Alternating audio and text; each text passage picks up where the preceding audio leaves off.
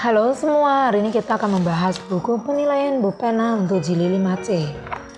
Nah, kita buka dulu bukunya halaman 162, yaitu tema 7, latihan soal subtema 3. Kita mulai dari muatan IPA nomor 1, benda berikut yang dapat mengalami penyubliman, yaitu B. Es kering. Nomor 2, proses menyublim adalah perubahan wujud benda dari benda padat menjadi benda gas.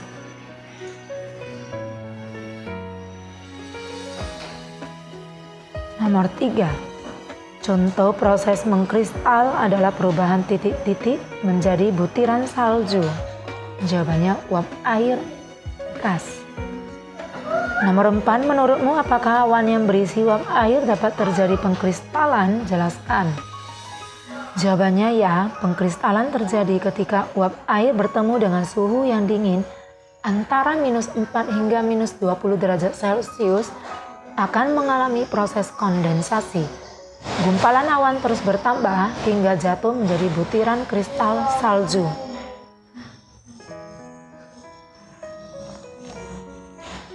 Nah, nomor 5, mengapa gelas yang berisi air dingin dapat menimbulkan titik-titik air di tepian gelas? Jelaskan. Jawabannya karena suhu di dalam gelas lebih rendah daripada suhu udara di luar gelas.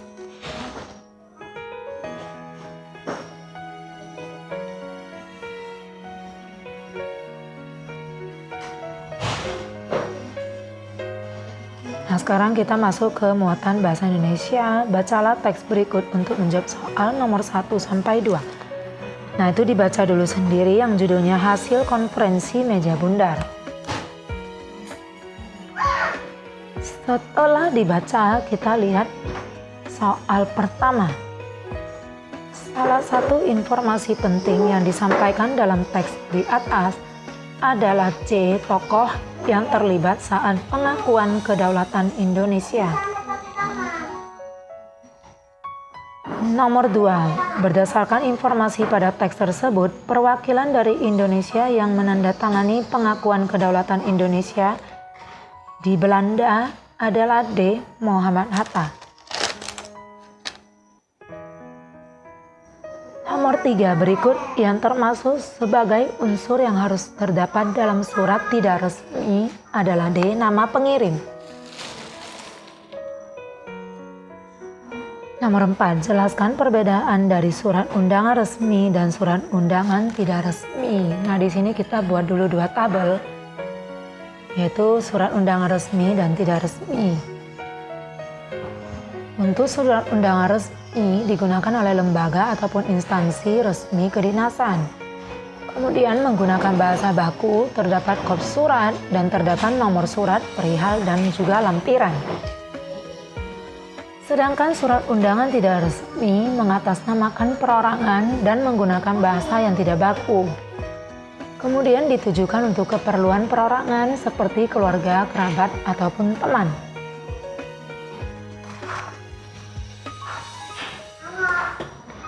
Nah, nomor 5, buatlah surat undangan berdasarkan deskripsi berikut. Nah, bisa dibaca dulu deskripsinya dalam kotak. Jadi surat undangannya kita tulis seperti ini.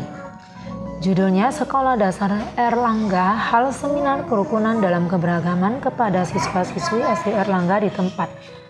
Dengan hormat, dengan ini Kepala Sekolah SD Erlangga mengundang seluruh siswa-siswi SD Erlangga untuk hadir di acara seminar kerukunan dalam keberagaman yang akan dilaksanakan pada hari tanggal Sabtu 27 Mei 2017. Waktu pukul 10 sampai selesai, tempat Aula SD Erlangga. Demikian surat pemberitahuan ini kami sampaikan. Atas perhatian dan partisipasi serta kehadirannya kami ucapkan banyak terima kasih. Hormat kami Kepala Sekolah SD Erlangga. Nah, jadi seperti ini cara membuat surat undangan. Kemudian sekarang kita lanjut ke SPDP.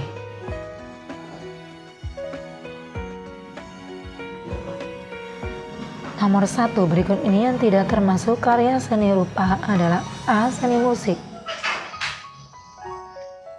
Nomor 2, karya seni rupa daerah yang terkenal dari daerah Bali yaitu C. Seni batik.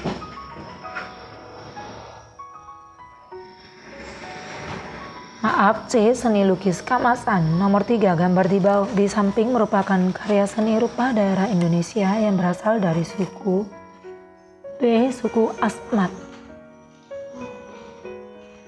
Nomor 4, apa yang dimaksud seni lukis daerah, seni patung daerah, dan seni kriya daerah? Jelaskan.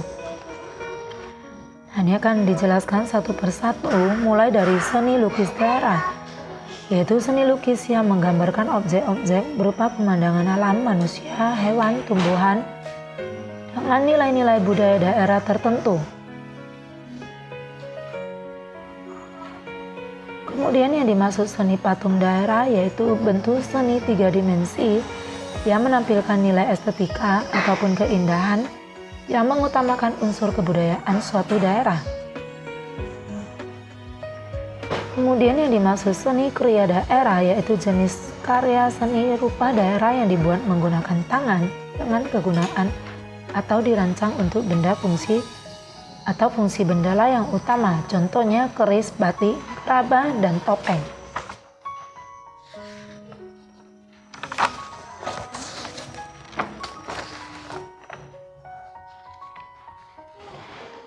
Nah, kemudian nomor 5, bagaimana cara melestarikan karya seni daerah? Nah, cara pertama yaitu mendokumentasikan lewat buku, foto, maupun video. Cara yang kedua yaitu memperkenalkan dan mempromosikan lewat media massa. Dan cara yang ketiga mengadakan festival karya seni.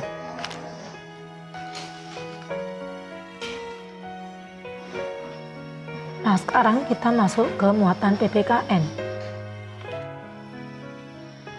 Nomor 1. Berikut merupakan sikap yang sesuai dengan nilai-nilai luhur Pancasila adalah B. Warga bergotong royong memperbaiki jalan desa yang rusak.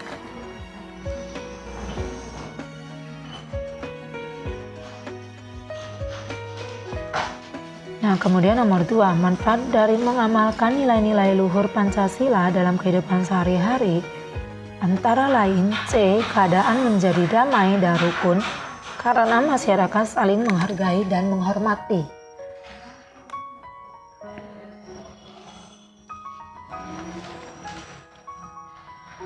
Kemudian nomor 3, Pancasila merupakan dasar negara. Hal ini berarti bahwa Pancasila harus kita jadikan sebagai pedoman hidup.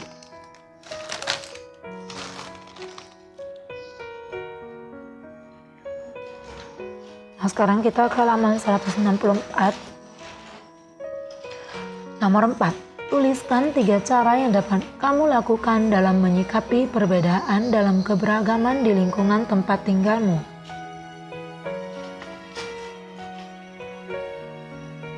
Yaitu mengembangkan sikap toleransi, saling menghormati dan menghargai, dan juga menjaga kerukunan. Nomor 5, tuliskan 1 tokoh pahlawan dan sikap yang patut diteladani dari tokoh tersebut berdasarkan suatu latar peristiwa sejarah.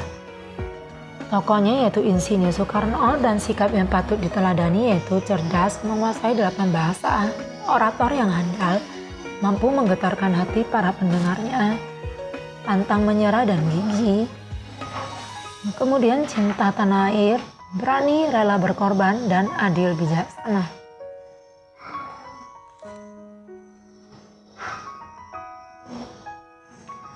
Nah, sekarang kita ke muatan IPS.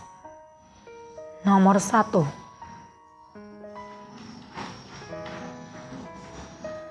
Kegiatan pembangunan yang bermanfaat untuk mempermudah akses transportasi masyarakat dari daerah satu ke daerah lain yang terpisahkan oleh perairan adalah pembangunan D. Jembatan.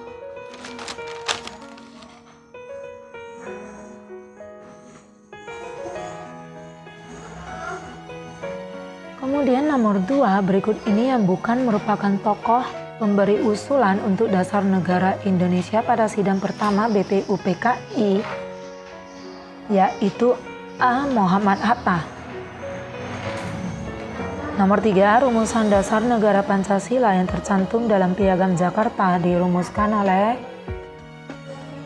Jawabannya adalah panitia 9. Nomor 4, tuliskanlah tujuan dan cita-cita pembangunan Indonesia yang terdapat dalam Pancasila dan pembukaan Undang-Undang Dasar 1945. Yang pertama, melindungi segenap bangsa Indonesia dan seluruh tumpah darah Indonesia.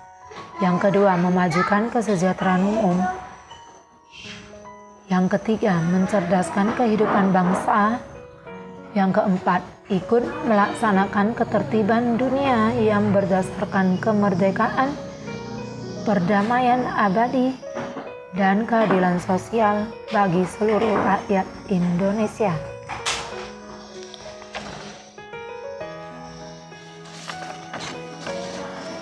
Kemudian nomor 5, tuliskan 3 contoh cara yang dapat kamu lakukan untuk melestarikan budaya Indonesia.